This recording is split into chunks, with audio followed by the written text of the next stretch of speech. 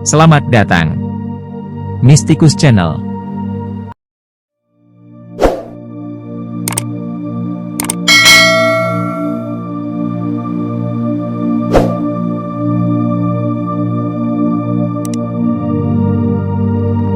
Ibnu Hafif, Sufi dari keluarga bangsawan. Abu Abdullah Muhammad bin Hafif bin Isfaksyad, lahir di Syaz tahun 270 Hijriah, 882 Masehi. Ia adalah seorang tokoh suci di Persia, dan berasal dari keluarga bangsawan. Setelah mendapat pengetahuan yang luas, Ibnu Hafif berangkat ke Baghdad. Di kota ini ia bertemu dengan Al-Hallaj beserta tokoh-tokoh sufi lainnya. Setidak-tidaknya ia telah 6 kali menunaikan ibadah haji ke Mekah dan diriwayatkan pula bahwa ia pernah berkunjung ke Mesir dan Asia Kecil. Ia telah menulis beberapa buah buku dan meninggal dunia dalam usia lanjut di kota kelahirannya pada tahun 371 Hijriah, 982 Masehi. Pertapaan Ibnu Hafif. Ibnu Hafif dari Fars berasal dari keluarga bangsawan. Ia dijuluki demikian karena ia memikul beban yang ringan, memiliki jiwa yang lapang, dan akan menghadapi masa perhitungan yang mudah. Setiap malam ia memakan tidak lebih dari 7 buah kismis sebagai pembuka puasanya. Pada suatu malam pelayannya menyajikan 8 buah kismis kepadanya. Ibnu Hafif tidak menyadari hal ini dan menghabiskannya. Tetapi karena tidak mendapatkan kepuasan di dalam ibadahnya kepada Allah dan tidak seperti yang dialaminya setiap malam, maka dipanggilnyalah si pelayan untuk dimintai keterangannya. "Aku telah memberikan 8 buah kismis kepadamu," si pelayan mengaku. "Mengapa?" tanya Ibnu Hafif. "Kulihat engkau sangat lemah dan aku merasa kasihan," jawab si pelayan. "Aku ingin agar engkau memperoleh kekuatan. Dengan berbuat demikian engkau bukanlah sahabatku tetapi musuhku," hardik Ibnu Hafif. "Jika engkau memang bersahabat denganku, niscaya engkau akan memberikan 6 buah kismis kepadaku, bukan 8 buah." Pelayan itu dipecatnya dan digantinya dengan yang baru. Ibnu Hafif mengisahkan seperti berikut ini. "Ketika masih muda, aku ingin sekali pergi ke Tanah Suci untuk menunaikan ibadah haji. Ketika aku sampai di kota Baghdad, kepalaku penuh dengan kecongkakan sehingga aku tidak mau menemui Junaid. Aku meneruskan perjalanan dengan membawa seutas tali dan sebuah timba. Ketika telah berada jauh di tengah padang pasir, aku merasa sangat dahaga. Dari jauh terlihatlah olehku sebuah telaga dan seekor rusa yang sedang minum. Begitu aku sampai di tepi telaga itu ternyata airnya telah habis terserap bumi. Ya Allah, seruku, apakah Abdullah lebih hina dari seekor rusa? Rusa itu tidak membawa tali dan timba. Kudengar sebuah jawaban, ia berpasrah diri kepada kami. Dengan hati gembira tali dan timba itu kubuang, kemudian kulanjutkan perjalananku. Abdullah, kudengar sebuah panggilan, kami hanya mengujimu, ternyata engkau tabah, oleh karena itu kembalilah dan minumlah air telaga itu. Aku pun balik dan kudapati air telaga itu telah penuh kembali. Aku bersuci dan meminum air telaga itu. Setelah itu aku berangkat dan di sepanjang perjalanan ke Madinah aku tidak pernah membutuhkan air karena telah bersuci di telaga tadi. Pada hari Jumat ketika aku berada kembali di Baghdad, aku pergi ke masjid. Junaid melihatku dan berkata kepadaku, seandainya dulu engkau benar-benar bersabar, niscaya air akan menyembur dari bawah kakimu. Ketika aku masih remaja, Ibnu Hafif meriwayatkan, seorang guru sufi datang mengunjungiku. Setelah melihat betapa aku sangat lapar, ia mengajakku ke rumahnya. Ketika sampai, ternyata di dapur sedang dimasak daging dan baunya memenuhi seluruh ruangan. Aku merasa mual dan tidak sanggup memakannya. Sang guru sufi yang melihat keenggananku itu menjadi sangat malu. Aku sendiri pun menjadi sangat bingung, lalu aku tinggalkan santapan itu, kemudian aku dan beberapa orang sahabat melanjutkan perjalanan. Di Qadisiyah kami tersesat. Sedang bekal kami telah habis. Beberapa hari kami masih dapat bertahan, tetapi akhirnya tiada berdaya. Penderitaan kami sedemikian beratnya sehingga kami membeli seekor anjing dengan harga yang mahal. Kemudian kami memanggang anjing itu. Sebagai bagianku kuterimalah sekerat. Ketika aku hendak memakannya teringatlah aku peristiwa di rumah guru sufi dan makanan yang disuguhkannya kepadaku. Inilah hukumanku karena telah membuat malu sang guru sufi, aku berkata di dalam hati.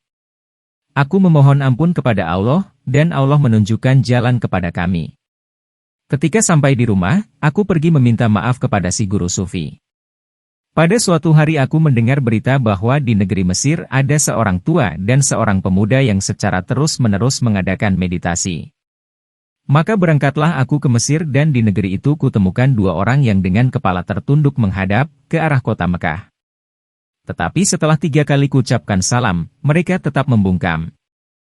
Demi Allah, jawablah salamku, aku berseru kepada mereka. Ibnu Hafif, si pemuda menyahut sambil mengangkat kepalanya, dunia ini adalah kecil, dan dari dunia yang kecil ini hanya sedikit yang masih tersisa. Dari sisa yang sedikit ini ambillah bagianmu yang sebesar-besarnya. Engkau telah membuang banyak waktu dengan mengucapkan salam kepada kami. Setelah berkata demikian si pemuda menundukkan kepalanya kembali. Walaupun tadi aku merasa lapar dan dahaga, tetapi kini lapar dan dahaga itu tidak terasa lagi. Aku benar-benar kagum terhadap mereka. Aku tidak beranjak dari tempat itu.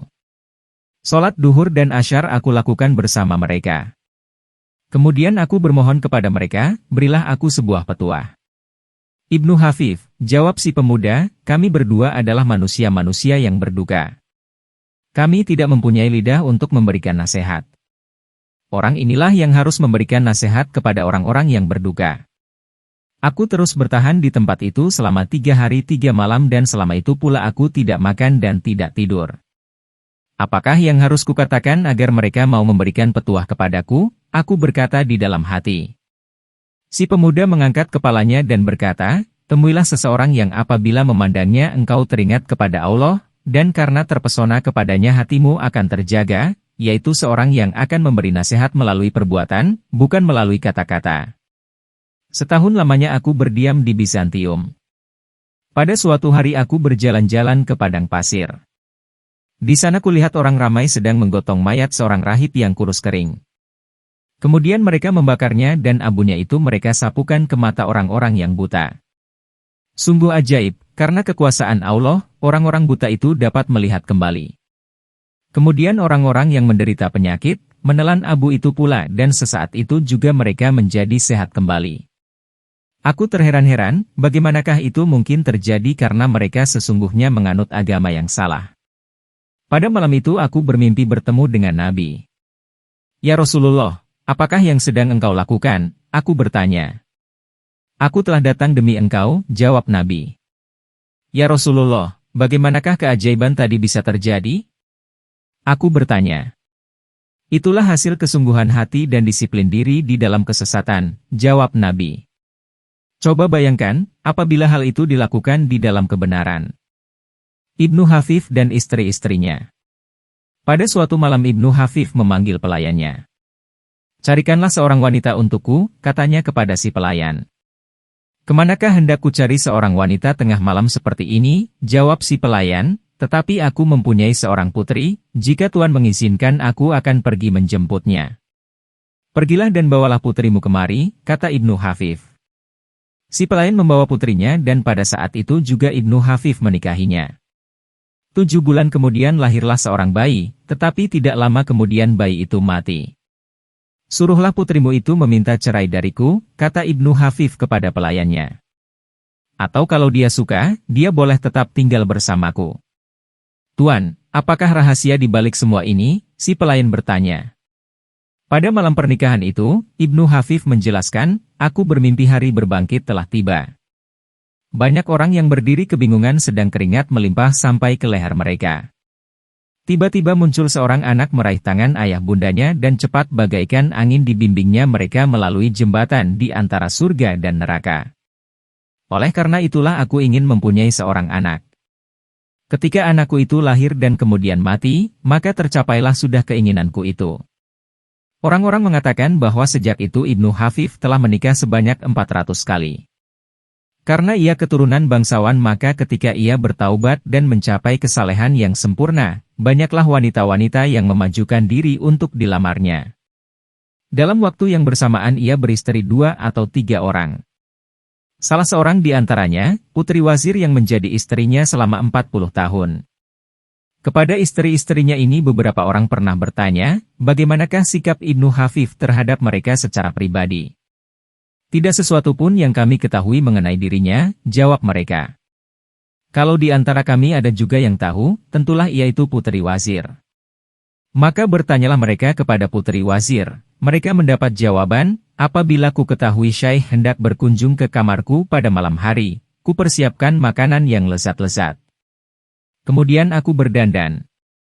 Ketika ia datang dan melihat apa yang aku lakukan, aku pun dipanggilnya dan dipandanginya beberapa saat lamanya. Kemudian untuk beberapa saat pula dipandangnya makanan yang telah kusediakan itu. Pada suatu malam Syekh menarik tanganku dengan lengan bajunya kemudian diusapkannya ke perutnya. Terabalah olehku 5 buah simpul di antara dada dan pusarnya. Tidak inginkah engkau bertanya simpul-simpul apakah ini? Ia bertanya kepadaku. Maka aku pun bertanya, simpul-simpul apakah itu? Semua ini adalah gejolak-gejolak api ketabahan yang telah kusimpulkan satu persatu agar aku dapat bertahan terhadap kejeritaan dan makanan lezat yang engkau hidangkan kepadaku, jawab beliau. Kemudian ia pergi meninggalkan aku. Itulah satu-satunya hubungan intim di antara kami. Alangkah kokoh disiplin diri Ibnu Hafif. Anekdot-anekdot mengenai diri Ibnu Hafif. Ada 2 orang murid Ibnu Hafif, yang seorang bernama Ahmad Tua dan yang seorang lagi Ahmad Muda. Di antara kedua muridnya ini, Ibnu Hafif lebih menyayangi Ahmad Muda. Murid-murid lain tidak setuju terhadap sikap Ibnu Hafif ini. Mereka berdalih, bukankah Ahmad Tua telah menjalankan lebih banyak perintah dan disiplin diri?